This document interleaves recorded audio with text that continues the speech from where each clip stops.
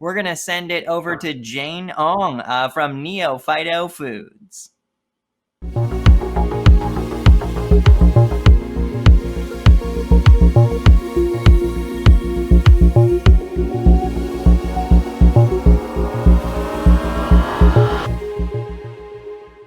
Hi, my name is Jane and I'm the co-founder and chief scientific officer of Neophyto Foods. 2 years ago, my co-founder Camille went vegan to adopt a more sustainable lifestyle, but quickly realized that all the plant-based cheeses out there were horrible. What he wanted wasn't complicated, just something tasty and affordable. So, he approached me, a food scientist, to make him the best plant-based cheese possible. Having gone through over a year of product development and market research, we realized that Camille wasn't the only one with this problem. Despite there being dairy-free alternatives on the market, 3 main problems still exist. 1, the current options taste horrible. 2, the existing options are generally nut-based, which is a major allergen. And 3, retail prices can be prohibitively expensive. Therefore, we have created the best-tasting plant-based cream cheese, Neocheese. Neocheese is a fermented soy product that is smooth, tangy, and creamy, just like dairy cheese. Besides being dairy-free and nut-free, our product also produces 30 times less greenhouse gas emissions than dairy cheese. Finally, we provide a high-quality product at a competitive price. People love the versatility of Neocheese, which has a wide range of applications, from hot dishes like pasta and lasagna, to spreads and dips like sour cream or tzatziki, to desserts like cheesecake and parfaits. Compared to the existing options on the market, most of which are nut-based or starch-based, Neocheese compares favorably both in price and quality.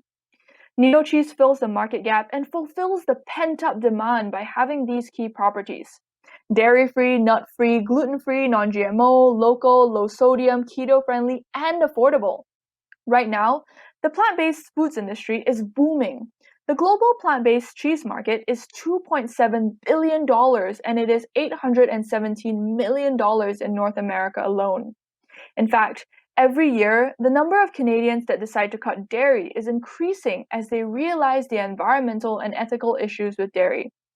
Plant-based dairy alternatives are expected to make up 40% of dairy and dairy alternatives, while the plant-based cheese segment is estimated to grow at a compound annual growth rate of 8% to reach $4 billion by 2024.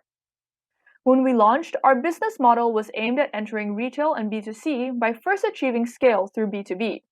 While we had great traction in B2B, we have recently shifted our strategy to spend more time on retail and B2C, focusing on the end consumers as we've had significant demand for our product.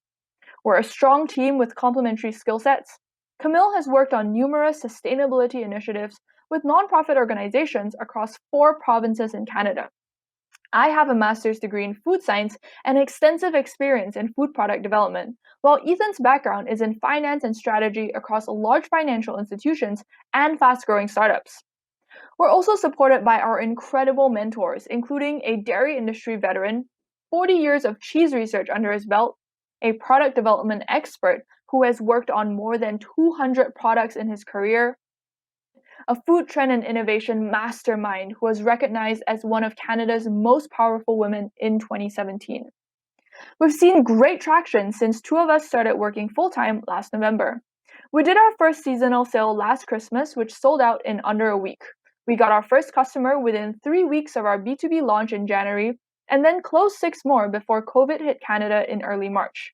Despite that, at the Guelph International Women's Day event, one of the last in-person events before the lockdown started, we managed to sell an average of 1 unit every 4 minutes.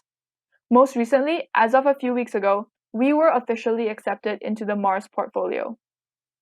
Over the past few months, we've been featured by Guelph Today and the University of Guelph for winning the food tech category at the CNE last August, where we had a foot traffic of more than 7,000 over 3 days. We've also gotten great reviews from everyone who has tried our product, businesses, and consumers alike.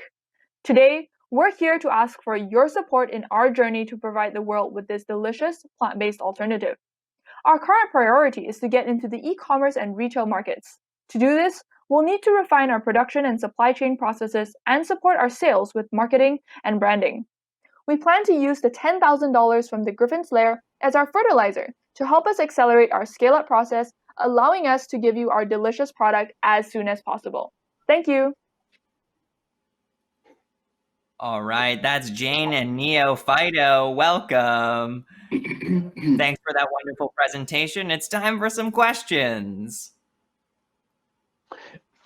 Jane, I'll kick it off. Fred here. So the enthusiasm, I love it. Slides were great. Thank you. That was an entertaining pitch. Something I'd like to find out a little bit more about is more about your typical customer. So can you tell me a bit more about who you're really selling to? What's that target audience, and how does the story of Neocheese fit into their lives? Yeah, so we have, I guess you can say, three main customer segments. They are obviously the vegans, and then you have the flexitarians, and then there's also this untapped market of lactose intolerant people who actually affect 65% of the world's population. To start off, we're definitely targeting vegans because they are the ones who want a plant-based cheese product. And we're going to be targeting them through content marketing that focuses around sustainability and plant-based foods. And we'll be targeting them through Instagram and Facebook ads and things like that. And Jane, we've obviously seen a pretty significant economic shock here over the last couple of months. Do you anticipate any of those segments becoming more price sensitive? So not really, because what we found is that during this time, we've heard people say that they're actually looking for more healthy options. And when people are at home, they want to try new foods as well. So because a big segment of their budget is now gone, since they can't go to restaurants and things like that, now they are open to actually products that can be online or products that can be brought on the grocery store. And customers are actually looking for new things. Okay, thanks, Jane. Great presentation, Jane. I agree with Fred, very passionate.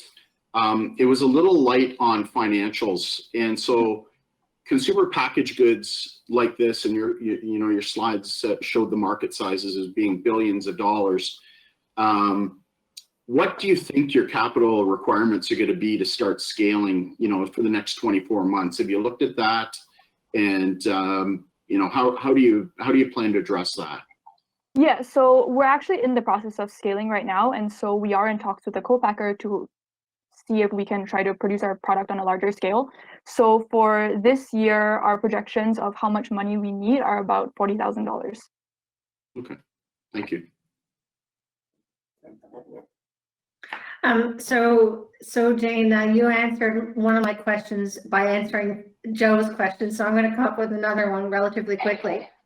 I've tried a lot of products, dairy-free, gluten-free, and really to be competitive in this space, taste is absolutely crucial. It is the #1 thing. So have you done any sensory panels, any taste testing with in comparison to your competitors? So we've done a lot of informal taste tests with our competitors, with our friends and our families. One of the biggest taste tests we did was actually at the CNE last August, where we had a booth and we got around, I think, 7,000 people to try our cheese. And what was really, really great about this opportunity was that the majority of people who tried our cheese weren't actually vegan. So people who go to the CNE, they eat everything, and they are definitely they definitely know what cheese tastes like, and they're gonna know if it tastes good or bad. So we got really, really positive feedback from there. And we've had a lot of people who don't necessarily have any dietary restrictions love our product because they feel that, it has that creaminess and that tanginess and that smoothness of dairy cheese. But then, they find it's, perhaps a bit lighter. And then there's also none of the environmental impacts. I'm personally not vegan, but I am lactose intolerant. So it is nice to be able to have a lactose-free cream cheese. Thank you. We have about 1 minute left if anyone has any final questions. I can take a run at one, and you had a pretty strong pivot there from B2B to B2C. Can you tell us why you would pivot so hard? And then, I love the idea of selling directly to your consumers. Just talk about specifically what you're doing there. So when we first launched our company and when we first started selling, B2B was the easier option because the barrier to entry is lower, so it was easier for us to sell to restaurants and caterers and things like that. But B2C had always been on our minds, as we want to reach out to the majority of the consumers, which is where retail comes in. So the reason why our pivot was so strong and so quick was because of the coronavirus.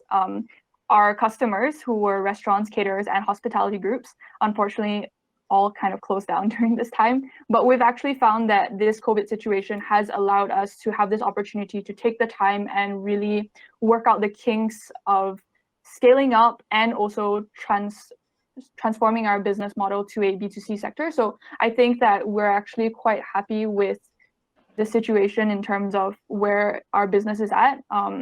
We've definitely been able to change our business, but I don't think it set us back negatively. Okay, let's pause there. Let's give a nice round of applause to Jane and Neophyto Foods. Thank you so much, Jane and judges.